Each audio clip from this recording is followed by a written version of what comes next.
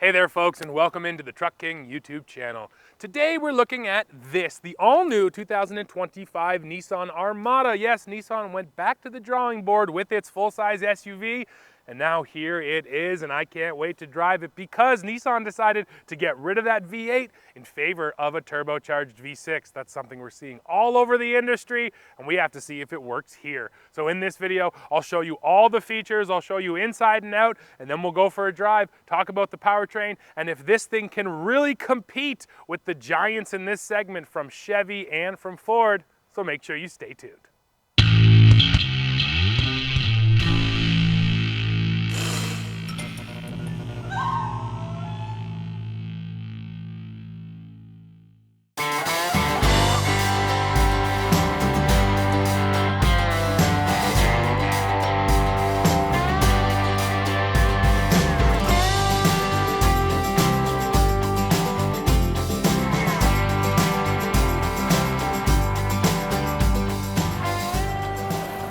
Here is the new heart of the beast in the Armada. This is a twin turbocharged 3.5 liter V6. It's making 425 horsepower, 517 pound-feet of torque, and that is 25 more horsepower than the old V8 and over 100 pound-feet more than that V8. So yes, we've lost some cylinders, but overall we have gained some power. Now this thing also gained some gears for 2025. This power is sent through a 9-speed automatic now, replacing the old 7-speed automatic. So it'll be interesting to, first of all, actually feel it on the road and sort of feel the characteristics of this engine. But I think more importantly, it'll be interesting to pay attention to the fuel economy to see if we've actually moved that much further ahead when it comes to efficiency. Now the model we are looking at today is the Platinum Reserve. This is a top-of-the-line Armada. That's one of the reasons why we're getting some of those chrome accents. The grille is unique to this model. Now overall, of course, the styling has totally been changed. I think it looks pretty good. It looks modern. It certainly feels big and bulky thanks to a lot of these body lines. But why don't you just drop in the comments right now and let me know, what do you think of the styling on the redesigned Armada? Hey everybody, I have to cut in right here and thank the sponsor of this video, 70My. Now we've actually tested a few of 70My's dash cams here on the channel, and one of them lives permanently in Dad's 2024 Silverado 3500, and we were happy to have it when this happened to him.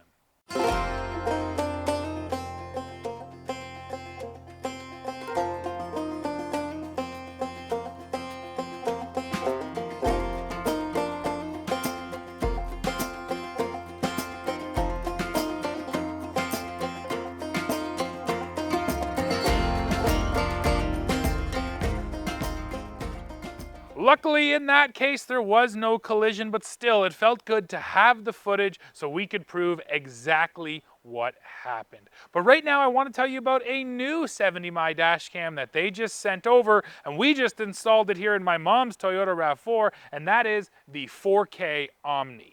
The first thing you need to know about the 4K Omni, well, it's right there in the name. It shoots in 4K, so you're getting high resolution footage. And then the other feature that really sets the Omni apart is the fact that the head rotates and it can move while you're driving. So you can capture footage out either one of the driver or passenger side windows. You can even shoot back into the vehicle. Even if you want to take silly selfies, you can do that. And that really is one of the big selling features here, is the fact that that camera can move around. Now, another thing I really like with the 4K Omni is you're also getting a rear camera now, which we have installed here on the RAV4. And hey, you saw the crash footage from earlier. If Dad didn't have the rear camera on his truck, we wouldn't have actually seen the results. So it is nice to be getting footage here from the front and the back.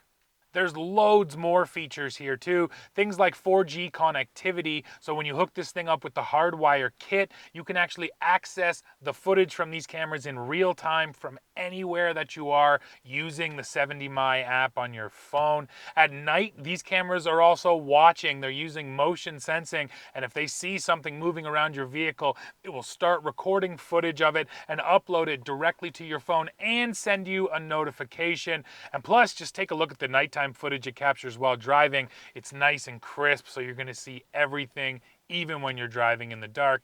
And there's even things like advanced driver assistance systems, lane keep assist. So this thing will actually tell you when you're drifting in and out of your lane. There's just so many features here that make the 4K Omni just a little bit more than your standard dash cam. If you're interested in one of these dash cams, head down to the description box now and use the promo code, and you can receive 10% off the camera or a free CPL filter, which is just going to help your footage look that much better.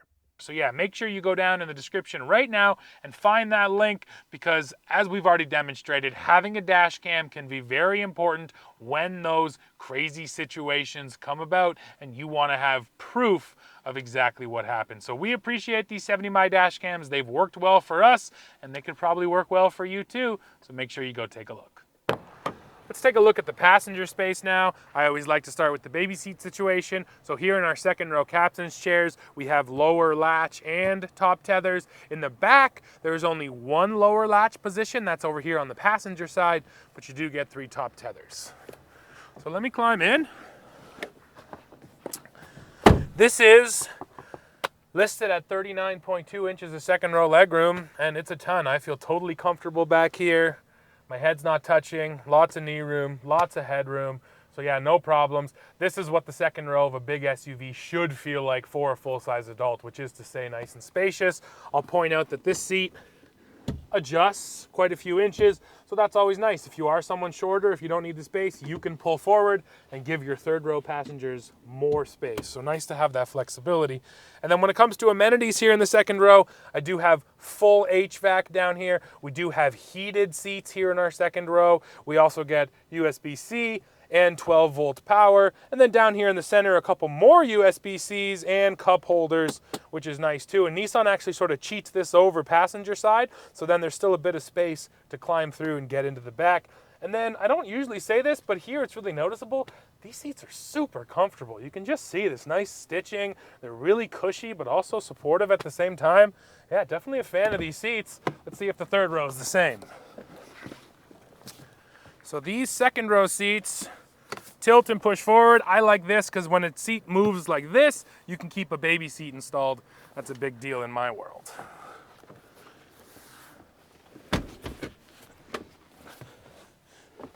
Now, back here, Nissan says this is 34.5 inches of third row legroom, and it's actually quite a bit of legroom. This seat's all the way back too, so it could be cheated forward. But yeah, look, I actually am not even touching it. That's nice. Now my knees are a little tall. The floor definitely comes up in this third row a little bit, so that's not great.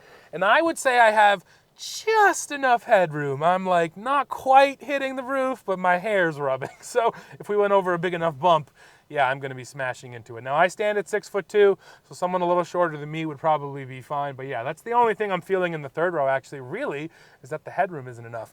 Now, there is something I can do about that, though. This is a powered third row, and it reclines. So if I recline a little bit, I can sort of find a sweet spot where I'm not in the roof. And then what's interesting, too, is you can also pull forward. So for someone smaller than me, now I look like I'm trapped, but if you're smaller and you could sit like this, you could actually buy yourself a little bit more storage space. So I like having that adjustability here in the third row as well. And yes, this is more passenger space than the outgoing Armada, and there's more cargo space. So again, with a full-size SUV, it's all about being big and spacious to haul people and stuff. So I'm happy to see that Nissan made this thing bigger.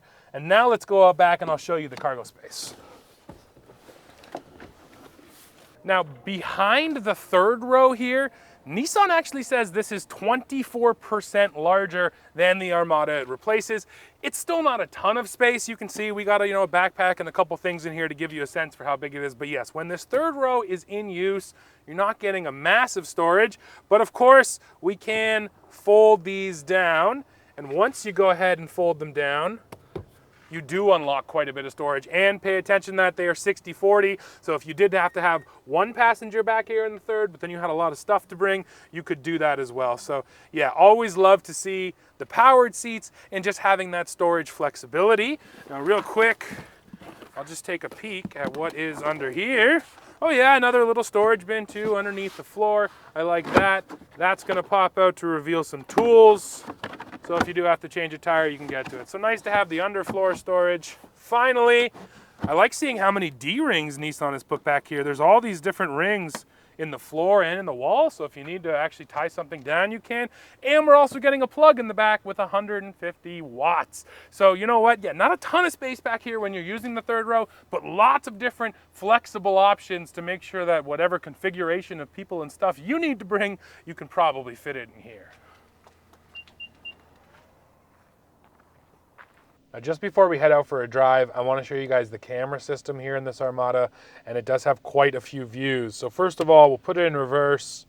This is the first view you get, the top down and your rear view with those predictive lines. You can go to a wide rear view. Now that's looking forward at your front tires right there.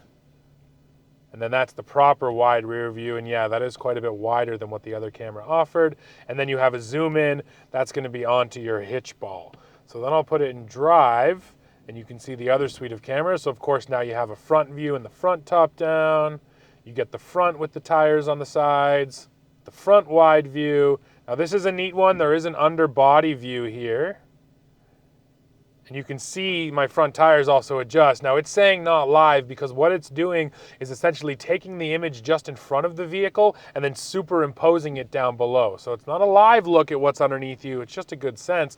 But I really like these views. It just gives you a great sense for where your vehicle is. If you do happen to be off-road or even just driving, you know, down some kind of dirt road and you're worried about a pothole or a big rock or something, this is gonna give you a great sense for it.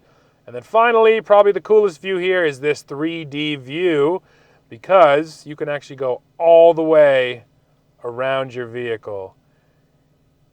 And again, my brain always goes to the off-road scenarios, but just for parking, you're pulling into the mall parking lot, you want to make sure you're parked properly, you don't have to adjust, well, just use this button and you can get that full 3D look all the way around. It is making me laugh right here how the dad's trailer in front of us looks massive next to the Armada. But anyways, love the cameras here. I should also mention that they're nice and sharp looking. They're really nice resolution and high quality. So now let's head out and go for a drive.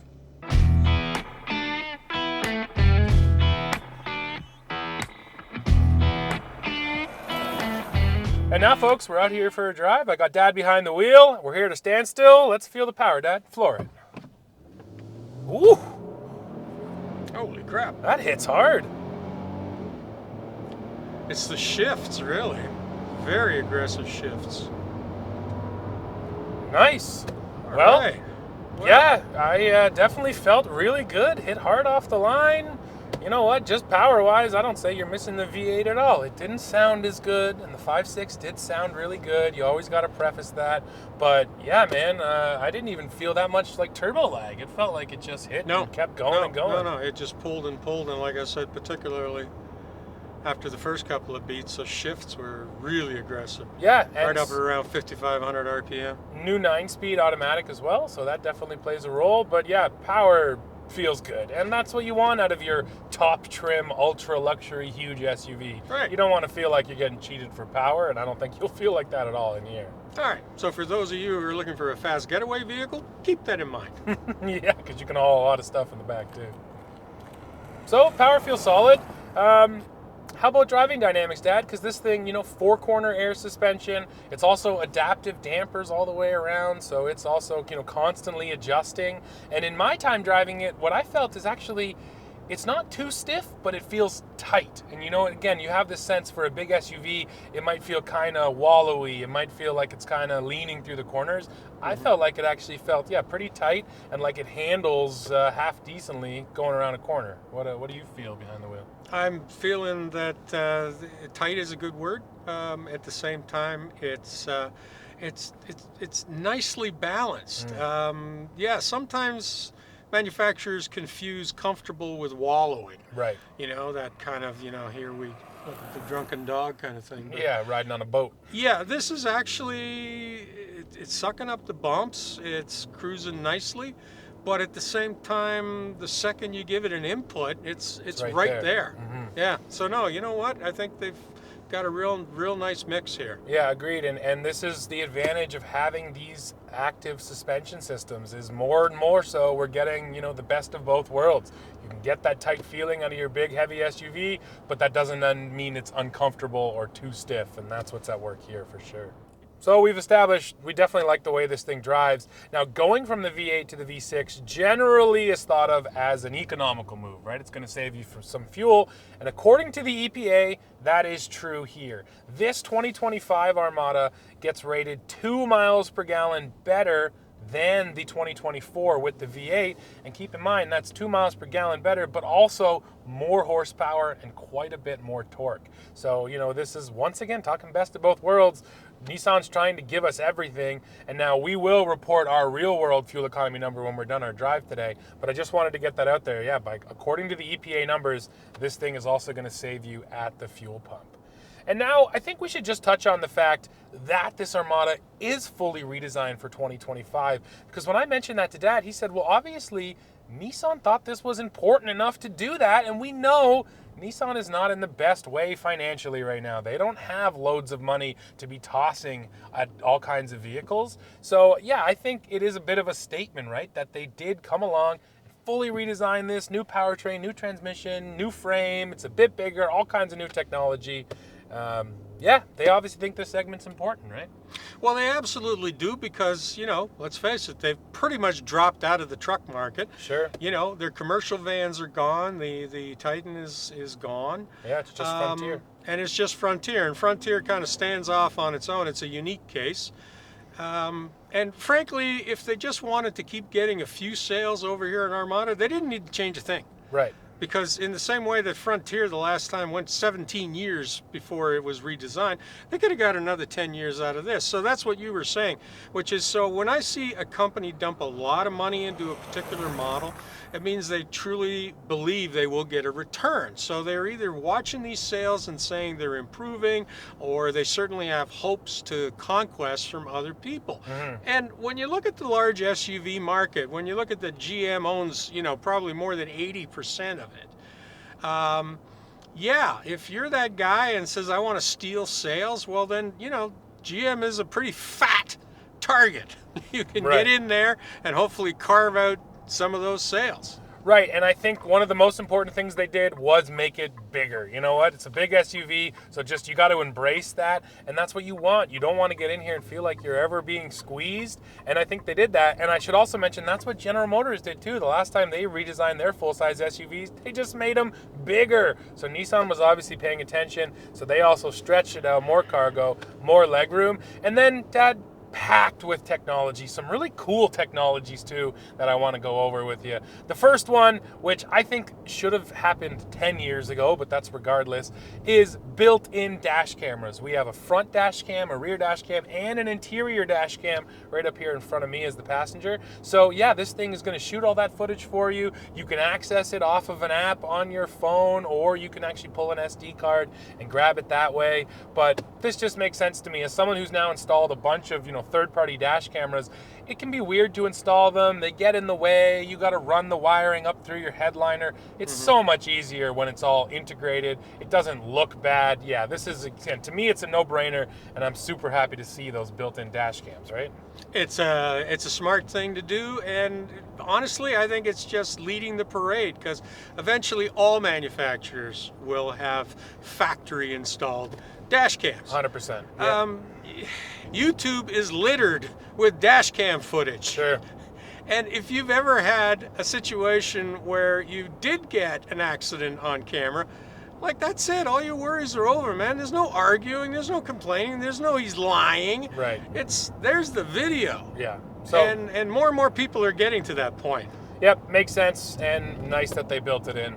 So the next thing that caught my eye, this is really cool. There is now an infrared sensor up here in the front of the Armada that is actually looking at the front row and the second row passengers, and if it decides that your body temperature is too high, it will redirect more cooling air towards those hot passengers. Oh, my goodness. This is pretty crazy, right? You know, we're trying to get to a point where you don't even have to touch the HVAC. You just get in and the vehicle scans you and goes, you know what? You're looking pretty hot there, sir. Let's give you some AC. It doesn't work for cooling. It's just for when you overheat and they need to cool you down. But that's crazy, and I've never seen anything like that in a car before. Neither have I, and don't tell your mother, because I don't want to have to get this. Because she'd love it. Oh, God. So yeah, that's another cool thing that caught my eye. And now I want to talk air suspension. Now, of course, there's nothing new about air suspension, but it is sort of the way it's implemented here. So a lot of the times when we get into trucks, you know, the Ram 1500, for instance, there's an individual air suspension control. So you're able to go in and you can set the height however you want it. Right. That's not what Nissan has done here. They just call it automatic. So there is an automatic button up here. You put it in auto mode, and what that means is exactly like the name suggests. It's going to adjust based on the driving conditions and your settings. So in 4 high and in 4 low, and it is a real low range here, real T-case, when you go to those settings and you're under 12 miles per hour, it's going to lift all the way up automatically, and that's an extra 2 inches of ground clearance, which is handy. Then when you put the vehicle into park, it's going to dump the airbags and bring you down to the entry or access height. And then also when you're on the highway at around 60 miles per hour, it's going to drop down to its most aerodynamic height.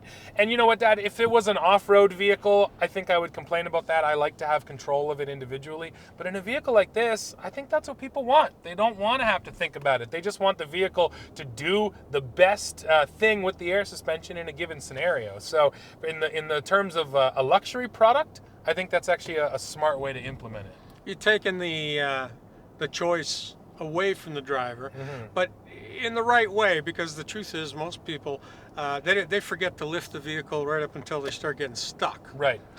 So you go to four-wheel drive. It might be too late.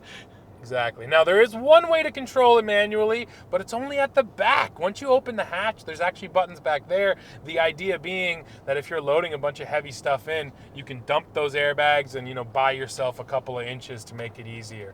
But yeah, up here from the driving position, it's all automatic. It just handles it by itself. Well, and the other thing, of course, is that this vehicle can be equipped to tow, and therefore it will adjust height based on tongue weight. Correct, yeah. So you'll always have a level attitude between trailer and truck. Yep, always nice to have for towing. We're not going to tow today, but you can do 8,500 pounds, which is, you know, a really nice tow number too. And I'm glad to see an integrated trailer brake controller right up there beside the steering wheel. Again, at those numbers, 8,500 pounds, yeah, you need the integrated brake controller, so nice to see it built in. Yep. So now we can zoom in just a little more on this interior.